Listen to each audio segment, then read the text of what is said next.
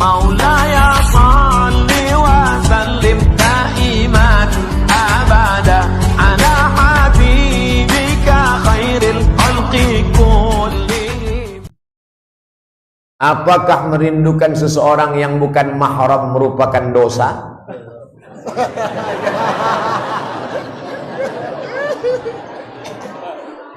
Al-insan bainal musayyar wal mukhayyar.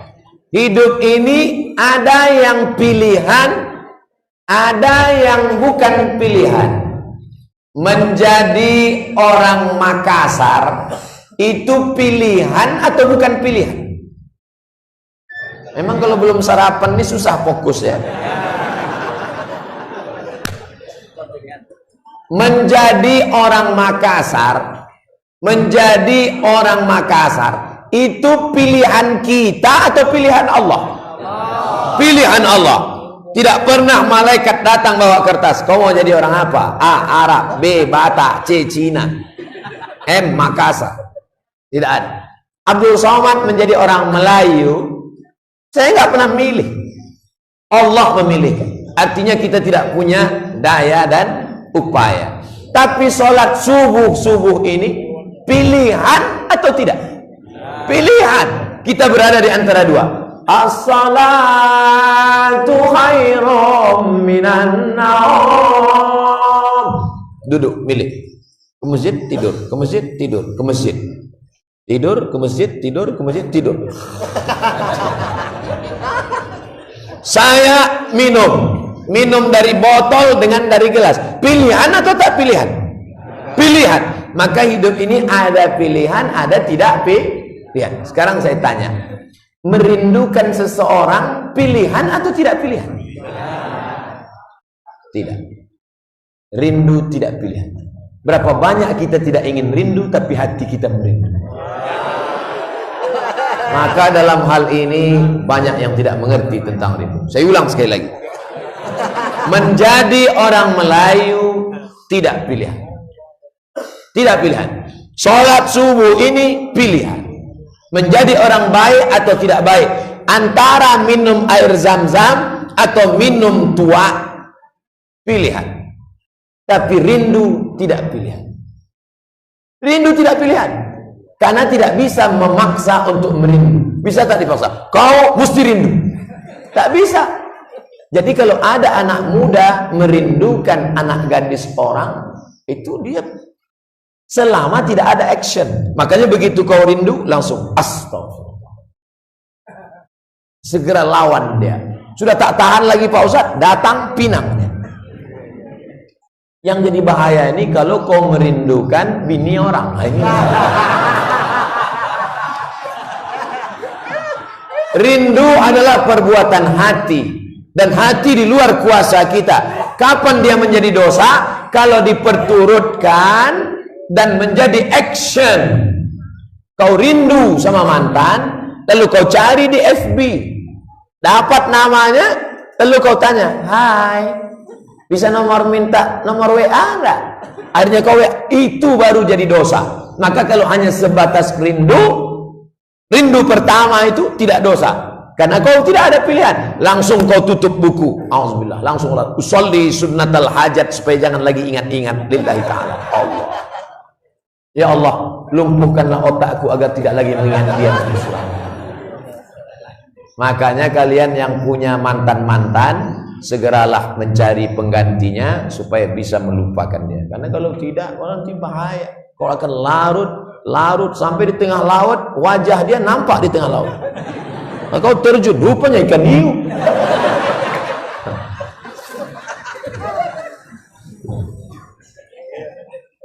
Walladzina idza fa'alu fahishatan, kalau terlintas di hatinya macam-macam, zakarullah, langsung ingat Makanya ibu, kadang ibu jalan sama bapak, tiba-tiba bapak astagfirullah.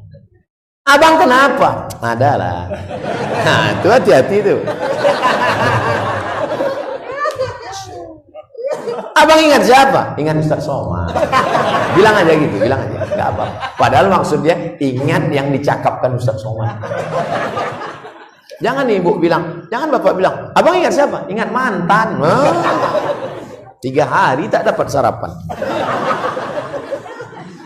Bagaimana hukumnya ketika saya dipercayakan jadi bendahara perusahaan, kemudian saya ditunjuk sebagai bendahara keuangan kantor, kemudian saya mengambil yang menurut saya itu hak saya, dan menurut atasan saya itu bukan hak saya. Kok bisa ikhtilaf kalian? Menurut saya ini hak saya, menurut atasan saya ini bukan hak saya. Yang mengatakan itu hak antum gaji itu kan aturan perusahaan dan aturan negara. Kalau kita tinggal di negara, PNS golongan 3A, 3B, 3C, 3D, 4A, 4B gajinya begini. Jadi tidak bisa engkau golongan 2A menurut negara lalu kau ambil lebih. Pas ditangkap sama KPK, kenapa ambil lebih? Menurut saya, ini hak saya. Oh, tidak menurut kita.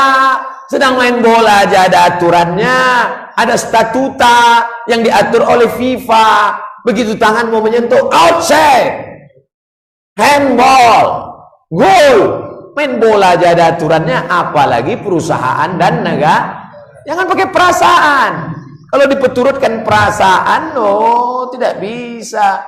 Perasaan itu untuk mengukur sedekah, bersedekah pada anak yatim. Perasaan saya kalau anak saya pakai baju ini cantik, anak yatim juga cantik, itu perasaan. Kalau masalah duit tak bisa pakai perasaan, harus pakai aturan. Undang-undang dasar, perda, law, game, law of apa namanya? Law of the game. Law, aturan game permainan, aturan permainan harus jelas. Kalau tidak nanti orang semua pakai perasaan. Kenapa kau bawa ini? Perasaanku biniku, rupanya bini kau.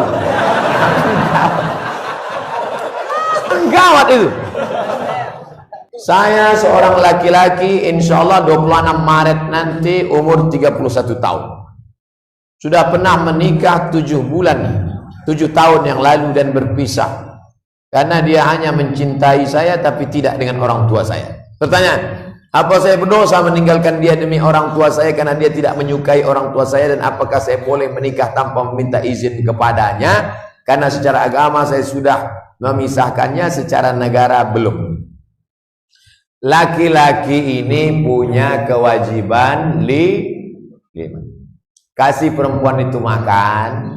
Ibu-ibu sudah makan? Belum. Wah, banyak laki-laki Kuala Eno tidak menunaikan kewajiban. Kasih mereka pakaian, kasih mereka tempat tinggal, kasih mereka pendidikan, kasih mereka perhatian. Kalau sudah kau laki-laki memberikan yang 5 ini, maka mereka wajib sami'na wa ata'na. Banyak perempuan yang mengamuk, kenapa? Karena yang 5 ini tidak kalian berikan. Akhirnya dia menuntut ke pengadilan. Adapun masalah dia tidak patuh sama orang tua saya, Pak Ustadz, maka kamu laki-laki ini pandai-pandailah. Perempuan itu diciptakan dari tulang rusuk yang bengkok. Ini tulang rusuk bengkok. Tulang rusuk itu mana Pak Ustadz? Nih, tulang rusuk yang paling atas, a'laha, a'wajuha, a'laha. Yang paling atas, yang paling bengkok. In akhasta aqamtaha kasartaha. Kalau kau luruskan mereka yang bengkok ini, patah dia. Tapi kalau kau ikut, kau jadi bengkok. Makanya laki-laki kalau kau ikut mereka, kau jadi laki-laki bengkok. Maka kau harus luruskan dia pelan-pelan. Ini kadang tidak ada di buku, tidak ada di kitab. Kalian tanyalah sama orang-orang tua. Tanya ke kiai, tanya ke ustadz, tanya ke pak camat. Mereka ini pilot-pilot Sukhoi yang jam terbangnya udah 5.000 jam ke atas. Mungkin tak ada di kertas, mungkin tak ada di buku. Tanya baik-baik. Bagaimana caranya, bagaimana supaya ini baik. Nah, tapi kalau kau tidak juga sanggup, itu langkahnya bukan langsung saja begini. Tidak, dia ada 5 langkah, 5 anak tangga. Yang pertama, faizun, kasih nasihat. Oh Adinda, kau jangan sayang sama aku saja, karena aku di dunia ini bukan lahir dari tabung gas 5 kilo. Aku ini keluar dari perut emakku. Kalau kau sayang sama aku, sayang juga sama dia. Tak mempan nasihat. Wahjuruhunna fil madaji. Pisah tempat tidur. Kau kalau tidak bisa menyayangi makku yang umur 80 tahun ini, pisah kita tempat tidur 1 bulan. Apa kata dia? Memang itulah yang tunggu-tunggu. Tak juga mempan, naik anak tangga yang ketiga. Wadribun, tempelenglah dia. Ada ya tempeleng. Wah, akhirnya karena kau tidak juga tempeleng. Sebelum tempeleng, sebelum tangan jatuh, difotonya, diuploadnya ke FB. Teganya. Akhirnya bapak ditangkap sama polisi KDRT, kekerasan dalam rumah tangga. Makanya yang ketiga ini tak bisa lagi. 4. Fabasu hakaman min ahli wa hakaman min ahliha. Utus mediasi keluarga dari perempuan, keluarga dari laki-laki, duduk, buatkan baleho besar, judulnya mau dibawa kemana hubungan ini. Tidak juga mempan, langkah keempat, baru langkah kelima, tolak. Nah, jadi laki-laki ini bukan sembarang aja tolak. Ini kopi lambat datang, tolak 3. Enak aja. Makanya laki-laki harus belajar, harus ngerti, harus paham, supaya tidak macam-macam. Nah, mudah-mudahan semuanya mendapatkan kebaikan-kebaikan. Apa benar jodoh kita sudah ditetapkan Allah? Allah menunjuk qalam. Nun wal qalami wa ma yasturun. Hai qalam, uktub. Qalam pun menulis di Lauhil Mahfuz. Dituliskanlah namamu dan nama calonmu. Sebelum Allah menciptakan langit dan bumi, innallaha katabal maqadir. Hadis riwayat Muslim. Allah sudah menuliskan takdir 50 alfasana, 50.000 tahun qabla an yakhluqas samawati wal ard, sebelum Allah menuliskan langit dan bumi. Tapi Allah rahasiakan takdir itu, maka kita terus bersemangat untuk bekerja dan mencari. Kalau dapat, alhamdulillah. Kalau tak dapat, berserah kepada Allah. Yang penting sudah ada ikhtiar. Itulah ahlus sunnah wal jamaah. Adapun kelompok ahli bid'ah, nama kelompoknya Jabariyah. Jabariyah tidak mau berusaha, dia pangku tangan. Ente tidak mencari jodoh, sudah tertulis di langit. Dapat alhamdulillah, tak dapat tak apa-apa. Oh, tak bisa begitu, harus ada usaha. Wa huzzi ilaiki bijiz'in nakhlati. Pohon kurma sudah matang. Kurma sudah matang, jangan tunggu dia jatuh. Goncangkan pundakmu ke batang kurma. Maryam sedang mengandung, melahirkan anak. Anaknya lemah, namanya Isa, dan dia dalam keadaan lemah. Apa kata Allah? Goncangkan pundakmu ke batang korma supaya gugur dia dari atas. Maka jodoh sudah ditetapkan Allah, rezeki ditetapkan Allah. Air minum saya pagi ini sudah ditetapkan Allah. Ini untuk saya. Saya tengok dulu air teh apa air putih. Ini ditetapkan Allah untuk saya. Ini sudah ditetapkan untuk saya, tapi saya tak ada usaha, menganga saja. Mau dia masuk ke mulut? Tidak. Makanya Asy'ari Ahlussunnah wal Jamaah ada al-kasbu ikhtiar. Ulurkan tangan, buka tutupnya, sebut nama Allah, bismillah. Rasanya sulit diungkapkan dengan kata-kata. Begitulah engkau memahami takdir. Jangan sikit-sikit takdir, serah pada Allah. Kau sudah sekolahkan ke Pekanbaru, berapa IP-mu? Tiap bulan kau kukirim uang kelapa ATM penuh. Berapa IP-mu? 2 ya. Kenapa IP-mu 2,0? Takdir Allah. Ma'uzubillah. Mana ikhtiar? Mana usaha? Allah berikan engkau telinga, Allah berikan engkau mata, Allah berikan engkau qudrat, Allah berikan engkau iradat. Berusahalah. Wa qul i'malu, berusahalah. Fasayarallahu amalakum wa rasuluhu wal mu'minun. Namun ada juga yang mengatakan jodoh itu harus diusahakan. Dua-duanya tak salah. Jodoh itu takdir dan jodoh itu diusahakan. Ustaz, itu ada tetangga saya bininya 4. Itulah takdirnya 4. Saya berapa Pak Ustaz? Nanti kita tengok. Jika memang kita harus mengusahakan, sampai batas mana yang diizinkan oleh syarak? Apakah doa kita saja sudah dikatakan sebagai usaha? Datanglah orang Arab Badui, dibiarkannya ontanya di luar, masuk dia ke Masjid Nabawi. Dia tanya ke Nabi, aqiluha wa atawakkal am utlikuha wa atawakkal? Kutambatkan dulu baru bertawakal atau kubiarkan saja? Kata Nabi, iqilha wa tawakkal. Tambatkan dulu baru bertawakal. Motor, kunci stangnya, tengok baik-baik. Habis itu kunci pula rantainya, gembok beli. Habis itu beli pula rantai besi agar kunci ban belakang. Usaha dulu, usaha maksimal. Pulang dari masjid, rupanya sudah dilas orang. Ini sudah di luar usaha kita. La yukallifullahu nafsan illa usaha. Kau berdoa, ya Allah, aku naksir betul dengan Pak Haji, anak Pak Haji itu, ya Allah. Kalau memang dia jodohku, mudahkanlah ini. Tapi kalau memang tidak, cepatkan dia mati, ya Allah.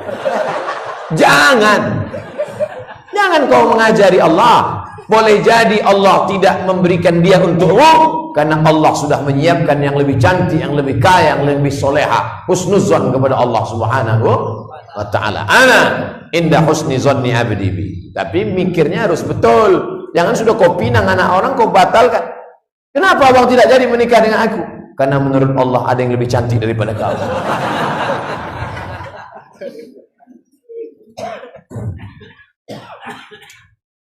Melainkan ingin minta nasihat dan tanggapan Ustaz. Tolong nasihatnya Ustaz khusus teruntuk orang tua yang punya anak gadis. Ini nampaknya pertanyaannya perlu dijumpakan orangnya. Yang tadi anak lajang bingung mencari anak gadis, yang ini bapak anak gadis bingung mencari anak lajang. Itulah gunanya sholat ke masjid, supaya jumpa kalian. Ayo udah aku jumpakan, udah mana. Kalau perlu kita akadkan pagi ini langsung nasihat pernikahan.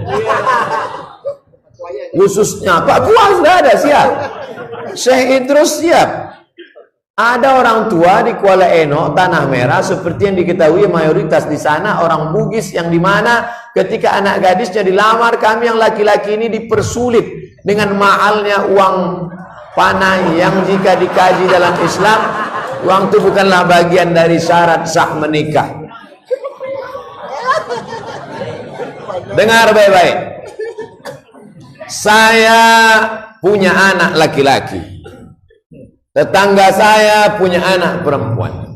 Ketika dia minta mahar sebaris batang kelapa, minta emas sekian gram, itu untuk anak ini berdua atau untuk dia? Untuk kehidupan anak ini berdua. Maka wahai bapak yang punya anak gadis, adat istiadat ini kau biarkan saja, tapi kau bantu anak lajang ini. Kenapa? Karena kau nikahkan dengan anak yang soleh ini, nanti bahagia mereka berdua, kebahagiaan anak gadismu, bahagia engkau juga. Jadi sebetulnya kalau dipahami adat ini dengan baik, cobalah pahami sosiologisnya, pahami dengan baik, itu untuk membahagiakan pasanganmu muda.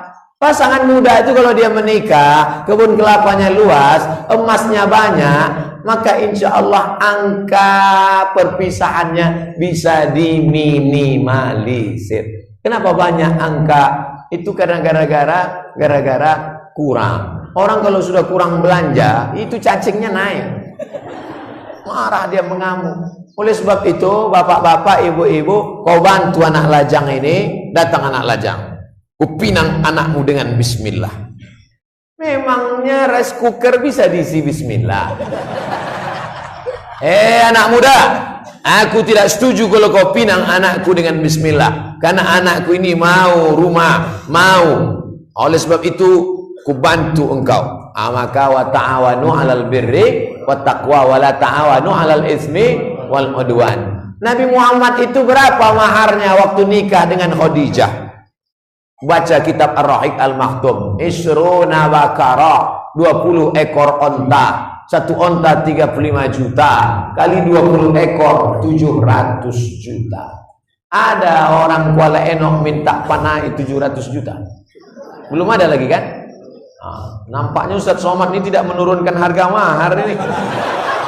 Kedatangannya malah menaikkan harga mahar. Mahar tetap tinggi, tapi orang tua saling membantu. Nanti yang senang anak menantumu juga. Betul? Al-mu'minul qawi, anak muda yang kuat ekonominya, kuat kebun kelapanya, kuat emasnya, khairun, lebih baik. Wa habbu ilallah. Wahai bapak-bapak yang punya anak gadis, engkau punya duit banyak, kau bantu anak-anak lajang ini, maka insya Allah kuatlah umat, kuatlah ekonomi anak-anakmu. Insya Allah di Kuala Enok kalau ada orang bagi-bagi duit, mana laku. Kalau ada orang mau bagi-bagi baju kaos, tidak laku. Kenapa? Karena ekonominya mapan. Pabrik ada, kelapa ada, lautnya luas, rumahnya bagus, masjidnya mewah. Membuat masjid sebesar ini, berapa tiang yang ini? Oleh sebab itu maka kalau ada anak muda yang kesulitan, bapak ibu bantu dia, insya Allah. Ustaz Abdul Somad datang tidak menurunkan mahar, tapi beban kalian insya Allah agak berkurang sedikit. Mudah-mudahan yang lajang-lajang dijumpakan Allah dengan yang gadis-gadis yang baik-baik. Yang bilang amin yang belum nikah aja. Sebelum lanjut, jangan lupa dukung terus channel Hijrah Reaction. Terima kasih. Jamaah masjid yang shopnya renggang, jika kita ingin merapatkan shop, kadang mereka masih renggang, dan kadang shop depan masih kosong karena kadang jamaah masjid saling tunjuk-menunjuk untuk shop ke depan. Imam, kecuali imam subuh tadi tak perlu ditengok karena udah penuh. Imam melihat ke kanan ke kiri penuh. Penuhkan shop, penuhkan. Kalau saya sebelum sholat penuhkan. Subuh tadi tak perlu, makanya Ustaz Tawab tak ada nyuruh karena kita udah penuh melimpah. Tapi kalau yang sholat jamaah inti, penuhkan dulu shop awal, penuhkan. Lalu shop yang kedua di mana mulai? Shop 2 mulai dari tengah baru diisi ke kanan. Makanya apa tadi kata Ustaz Tawab sebelum takbir? Sawu wa tarasu. Apa maksudnya? Luruskan, rapatkan, isi yang kosong. Sawu sufuf. Apa pernah imam sebelum sholat bilang, tidak kusuruh lagi karena kalian udah tahu semua kan? 5 kali sholat sehari tetap dia katakan, luruskan shaf, rapatkan. Qadamun bi qadamin, kaki rapat dengan kaki. Mangkibun bi mangkibin, bahu rapat dengan bahu. Bahu saya rapat dengan bahu Syekh, tak masalah. Karena antara bahu kami ada kain. Tapi ketika kaki rapat kadang bagi sebagian bermasalah. Geli dia. Asal rapat, kawan nih pula gatal. Makanya kalau ada kawan yang sensitif, jangan kau tempel. Kau tempel sekali dia pindah, jangan kau tempel lagi. Takutnya dia orangnya emosi, begitu tempel, gitu. Bahu agak-agak dekat saja, jangan sampai jauh. Rapatkan. Rapat bahu dengan bahu, rapat. Sob, ini penting. Inna taswiyatas sufuf min tamamis shalah. Tidak sempurna sholat berjamaah sebelum rapat lurus dan penuh shaf. Insya Allah tengoklah karpet kita sudah bagus. Di tempat lain susah meluruskan shaf. Kenapa? Karena tak tahu mana shaf. Sholat di atas semen. Ini tinggal rapatkan di ujung karpet, lurus. Karpet cantik. Di masjid lain karpet warna hijau. Di sini sengaja dibuat merah. Kenapa merah ini? Supaya waktu sedekah ingat duit warna itu. Makanya kalau sedekah di masjid ini jangan nengoknya ke atas. Karena kalau ke atas ingat duit warna hijau 20.000. Kalau merah 100. Nanti kalau pas kotak Jumat lewat ada yang nengok ke atas, itu 20.000. Ada pendapat, apa pendapat Pak Ustadz tentang pejuang subuh? Mantap. Saya pertama kenal pejuang subuh di Tembilahan. Selesai ceramah, pergi saya ke tempat Ustadz Effendi LC, kakak kelas saya. Datang anak-anak muda pakai baju coklat, maju ke dalam. Ustadz, tolong buatkan video endorse. Endorse itu apa? Kasih motivasi kami. Wow, pemakaian jaket coklat, pejuang subuh. Tulis, pejuang subuh. Pas zuhur tak datang.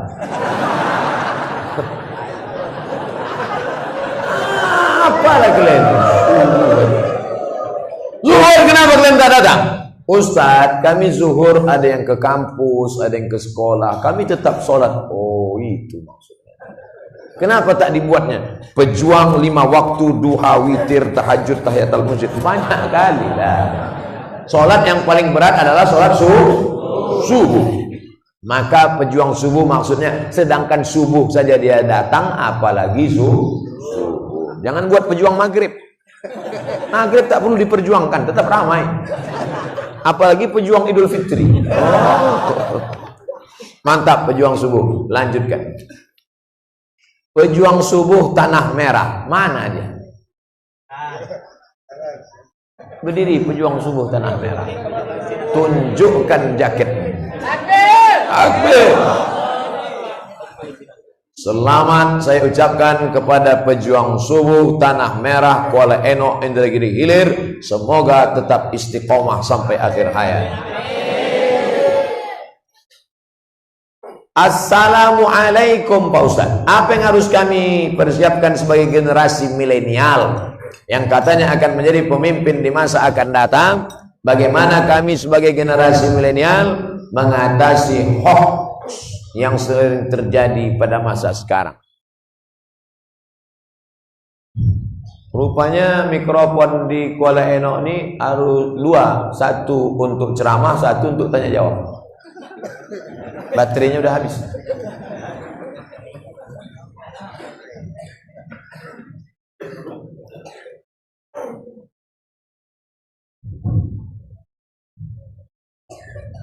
Apa yang perlu disiapkan untuk memerangi hoax?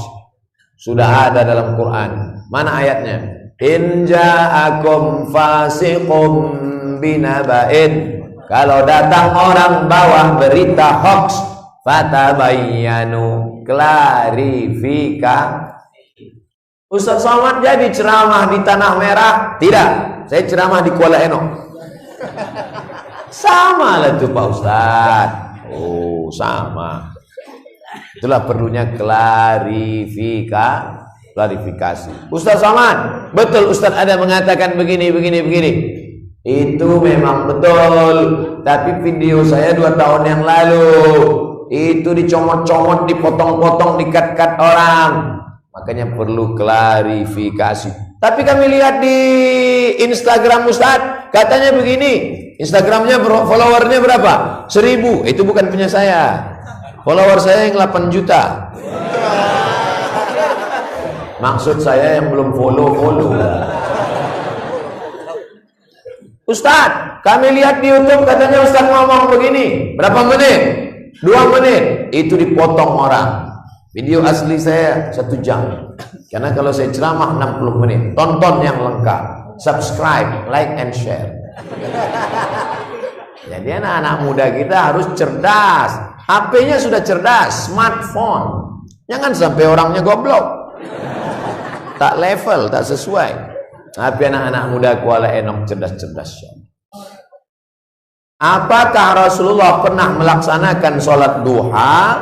Karena dalam hadis riwayat Bukhari, Aisyah mengatakan, aku tidak pernah melihat Nabi sholat duha, namun aku melakukannya. Apakah kalau Aisyah tidak melihat berarti Nabi tidak pernah melakukan?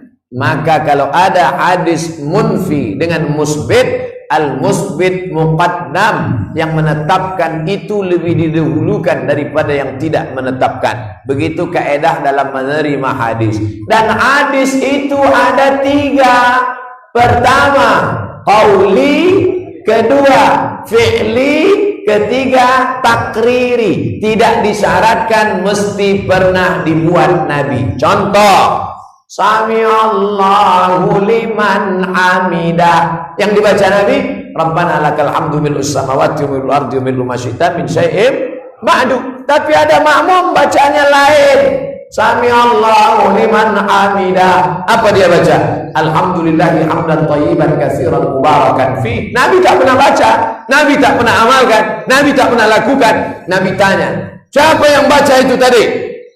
Assalamualaikum warahmatullahi wabarakatuh. Assalamualaikum warahmatullahi. Siapa yang baca doa itu tadi? Ana, aku yang baca ya Rasulullah. Apa kata Nabi? Ra'aitu bid'an wa thalathina malakan yabtadirun. Aku lihat malaikat turun dari langit 39 ingin mencatat doa yang kau baca. Itu menunjukkan tidak mesti disyaratkan harus dilakukan Nabi. Tentang sholat doa, Nabi berpesan kepada Abu Hurairah. Apa kata Abu Hurairah? Ausani khalili. Khalili, orang yang kucinta, berpesan kepada aku supaya tidak meninggalkan 3. Di antara pesan yang 3 itu, jangan sampai meninggalkan sholat duha. Ada tak hadis Aisyah tentang Nabi sholat duha? Ada.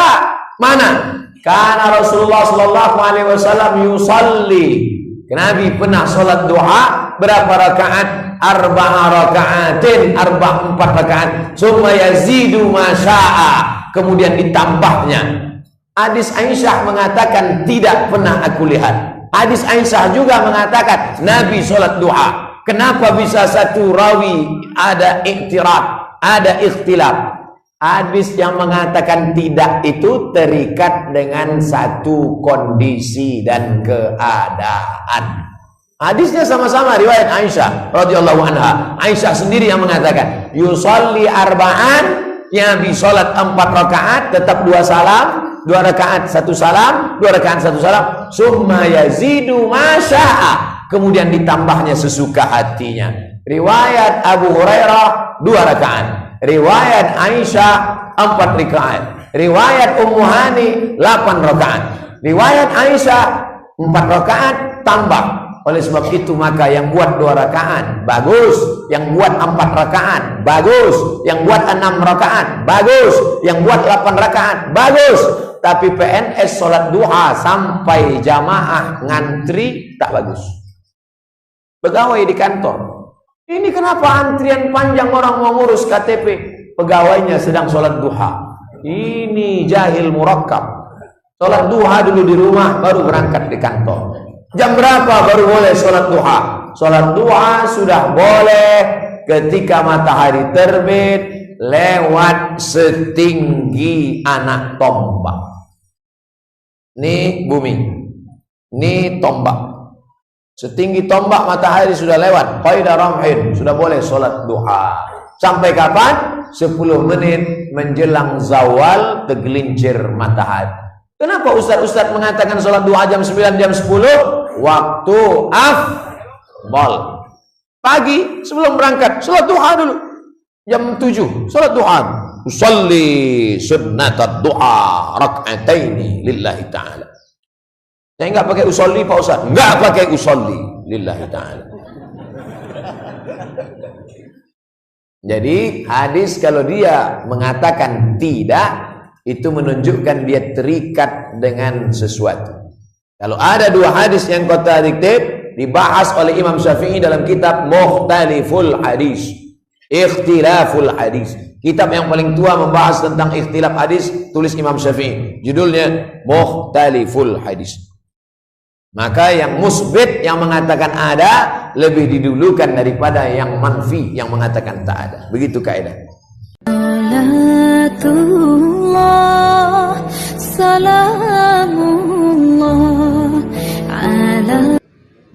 Assalamualaikum warahmatullahi wabarakatuh.